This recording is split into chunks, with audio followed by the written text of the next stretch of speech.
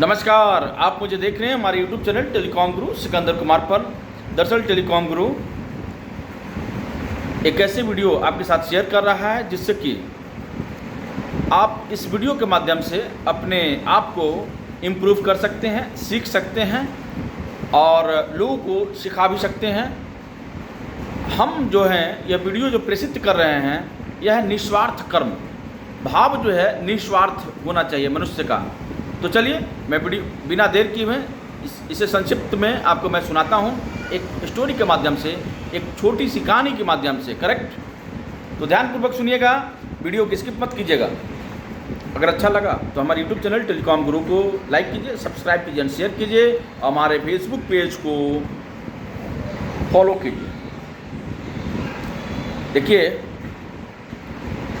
एक संत थे जंगल में। संतों का क्या काम होता है? जंगल में रहना, तपस्या करना, कंदमूल खाना और खा करके अपना जीवन को ईश्वर के प्रति समर्पण भाव से और निष्ठापूर्वक अपना जीवन को जीना।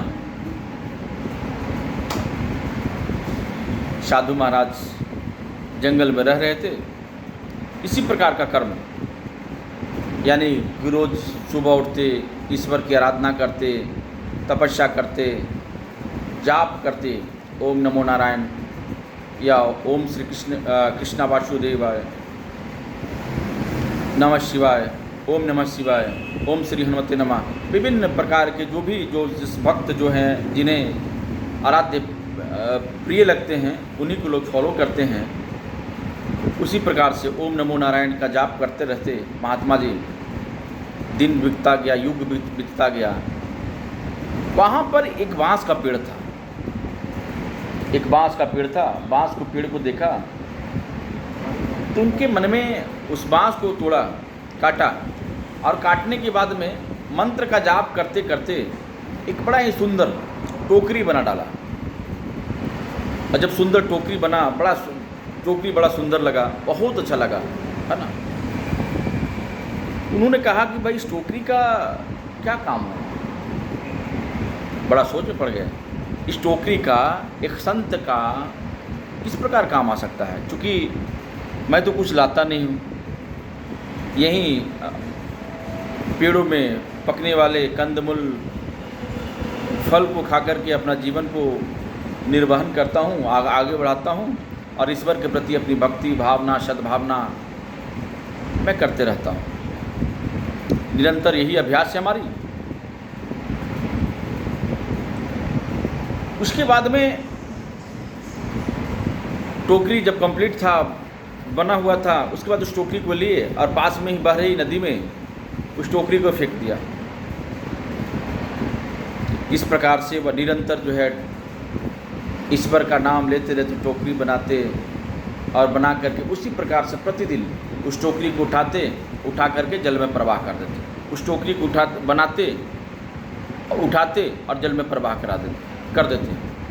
टोकरी को बनाते और जल में प्रवाह कर देते। इस प्रकार से निरंतर जारी रहा। इस प्रकार से निरंतर यह कार्य जो है जारी रहा। ठीक है? तो समय बीतता गया, समय बीतता गया, समय बीतता गया, समय बीतता गया और यह निरंतर जो कार्य है वो चलता गया। परंतु उसके मन में एक दिन भाव आया, भाई जो मैं इस टोकरी को बना रहा हूँ, उस टोकरी का कार्य क्या है? इससे मुझे क्या फायदा मिल रहा है?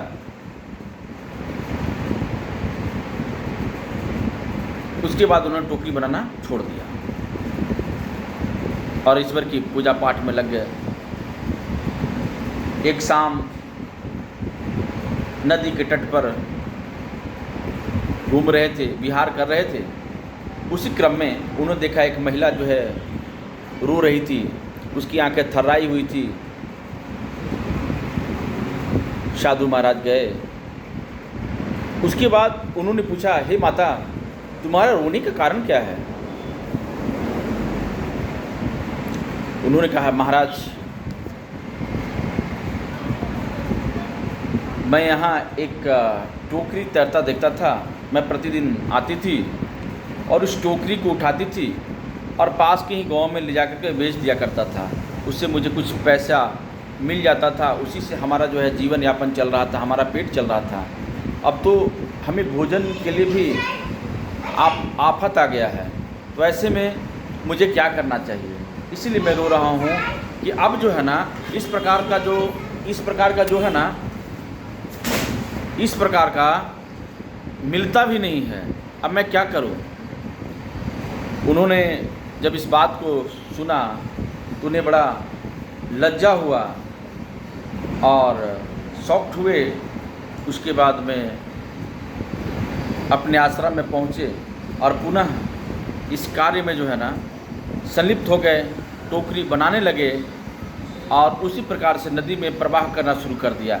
यानी कि सोचिए ना, आपका एक जो निस्वार्थ जो भाव था, निस्वार्थ जो मन था, उस मन से किसी का परिवार चल रहा था, किसी का भोजन चल रहा था।